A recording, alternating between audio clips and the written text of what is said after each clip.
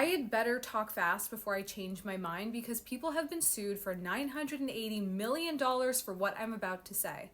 I want to preface this video by saying that I am in no way involved in the Jonbenet Ramsey investigation. I've watched the Netflix documentary and the CBS documentary, and I've pieced a lot of things together. This is simply my interpretation. There are many theories about this case, but as someone who is a psychologist in training, I think it's important for us to remember we want to think horses, not zebras. So in medicine, this is a common term, which basically means that if someone comes in to see you and they're exhibiting certain symptoms, you always want to go with sort of the lowest common denominator, the first sort of possible diagnosis, rather than assuming the worst case scenario. For example, someone comes in with a cough, you want to assume they have a cold and not tuberculosis. Psychology is no different. When we see a patient or a client, what we are trying to figure out is what's causing the problem, what's happening, and we want to assume the lowest common denominator,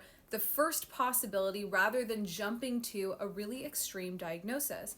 Now, in the Jonbenet Ramsey case, I think that principle should still hold. Rather than look at the intruder theories that someone broke into the house and did all of these elaborate things, more often than not, the simplest answer or the most obvious answer is what happened. Likely there was not this evil perpetrator, but this very human and horrific thing that played out within that family. And the story is so compelling to us as humans because we have no closure with it. We have no real answer. It's a story about family, justice, innocence, betrayal, murder. These are all archaic concepts. The fact that there's no real answer, no real ending, just makes our brains work in overdrive. So let's begin with childhood and go all the way back. There was sufficient evidence through in-depth interviews to show that Burke, Jonbenet's older brother, was having attention issues and was frustrated with Jonbenet.